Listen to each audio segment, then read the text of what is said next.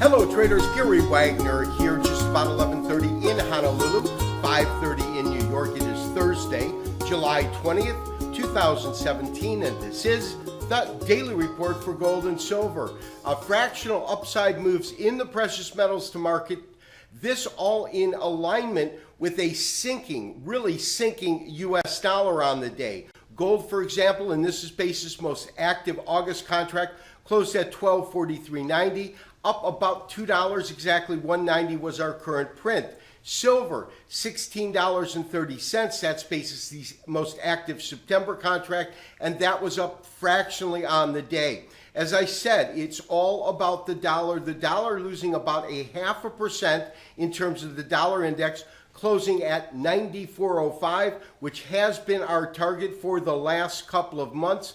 It lost, as I said, 0.5% and about a full percent against the euro dollar. So that really plunged on statements by ECB President Mario Draghi. As far as U.S. equities are concerned, we did have a higher move in the NASDAQ. However, we had fractionally lower prices in the Dow as well as the Standard & Poor's. Interesting day in the precious metals markets. Of course, news from the European Central Bank in which President Mario Draghi has confirmed that they will keep their current level of interest rates, which are in essence at zero, unchanged, as well as possibly adding to their current asset purchase program, commonly called quantitative easing. And so the loose money will continue in Europe. That had an effect in which the euro dollar was boosted significantly. The dollar lost approximately 0.5% in value in terms of the dollar index, and against the euro lost almost a full percent in value. The net result was higher pricing in gold, softer pricing in silver, and this mostly due to selling entering the market as that weak U.S. dollar really propped up the precious metals. And we can take a look at that by looking at the Kitco Gold Index. I've just brought that in. And what we can see, this is based, of course, on current spot pricing in gold, $1243.40. That was the last bid when I took this screen print. Very similar to what we're seeing in most active futures, which are currently trading at $1243.50. But on closer inspection, we can see that the weakening U.S. dollar has really significantly added some value, about $7.70 in value. Now, when we take that by itself, that's fairly strong. However, there does seem to be a little round of profit taking which has entered the market, roughly accounting for a negative $5.30. And so although the market is trading in positive territory today, it is trading in positive territory under the guidelines of selling going on in the market itself. Now, this morning I did send out a special trade alert. And to look at that a little bit closer in gold and silver, let's pull up the actual contract month that we're trading in, which is October. And I have just gone ahead and pulled up an October gold futures chart, currently at $1246.60 in terms of the net change, puts it up about $1.30 on the day. And what we sent out this morning was our recommendation to raise stops. Of course, we went long on Sunday, roughly at $12.32 and change. The market undoubtedly has been moving in our favor as we see this market move up. We had a little bit of sideways action yesterday, a small down day in October, but in essence unchanged. And my sense was with this small-bodied candle that we're most probably looking at just a rest period, a period of consolidation, as you will get as this market moves up or as this market moves down. You can also see these small-bodied candles occur just prior to major moves in the market. Now, my recommendation was to trail your stop up from where it had been and move it below 1235. And the reason for placing it there, let's go ahead and kind of put this line in here. And the reason for placing it below this particular price point of 1235 is that rule of thumb of keeping it below the lowest low over the last 3 trading days, and that's precisely what we've done by putting it below 1235. We're putting it below the lows achieved over the last 3 days. And more importantly, we're putting it just a little bit above our entry price, which came in at $12.32. So that our initial stop protected the equity that we had to limit the loss if we are wrong. That's what a stop is there for.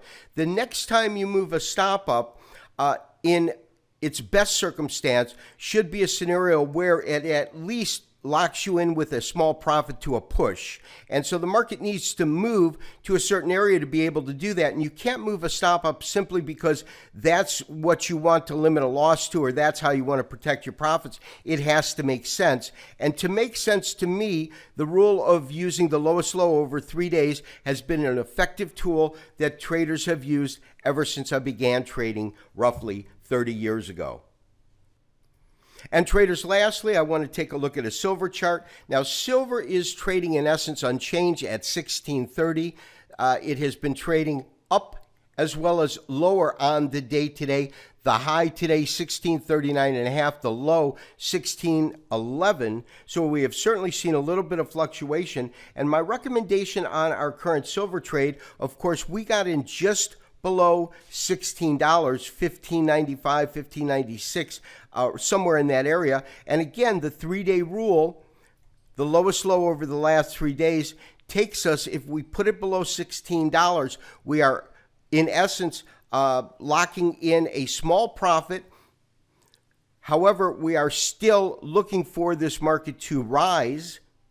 And in that way, I believe that we have protected our equity on one hand, and we're still allowing ourselves to profit from any potential upside move that still exists in the market, which currently I believe is fairly favorable.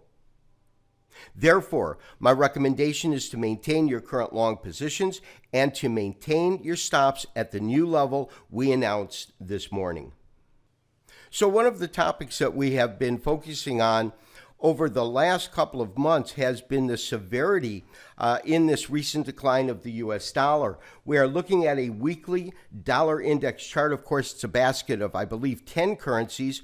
The euro dollar affected the U.S. dollar significantly. Against the euro, the U.S. dollar lost about a full percentage point. Now, on the dollar index, which of course takes into account other foreign currencies, it's down about 0.5%, 0.55. It's trading at 94, so it has absolutely reached our initial target that we talked about months ago, when the market was substantially higher, trading up around 97 or so, and we are now at 94. Now, on a longer term Fibonacci retracement, which really begins down at this series of lows that come in just below 80, and that, of course, is back in 2013, up until the recent tops at about 104. We have our various long-term levels in the market. We had a clear and decisive break below the 38% retracement, which is just above 94, 94.36. And if the market cannot find some technical support in this area and kind of bounce back up, I believe it's headed much lower. In terms of an actual pricing structure, my new target will be redefined to 92. You've got 91.41 being a 50% retracement, and then absolute support unless the dollar falls out of bed. And in fact, if it did move down to this level, it would be. But that next level is a 61% retracement, which comes in roughly at 88.5. So traders, based on current events as well as our technical studies, it is my current belief that the dollar index could in fact continue to break to lower pricing. We have hit our initial target that we forecast a couple of months ago, which was approximately 94 on the dollar index. And my belief is, all things being equal, we could see continued downside pressure in the U.S. dollar index. Now, there is a caveat to the statement I just made in terms of further downside pressure, and that is looking at the market through this weekly chart with a much shorter term fib retracement that goes to 94, rather than one that accounts for these lows that occurred back in 2014, 2013. And we can see that we have lined up really quite eloquently to 94. In fact, that's where that 94 projection came in from, were these series of lows. And the price action in other words, the way prices reacted around this price point, I should say, that there is an opportunity that this would be a point in which we could see the dollar find some support, and even if it trades lower, have some sort of an initial bounce. If that is the case, our current level of resistance resides at 96.15.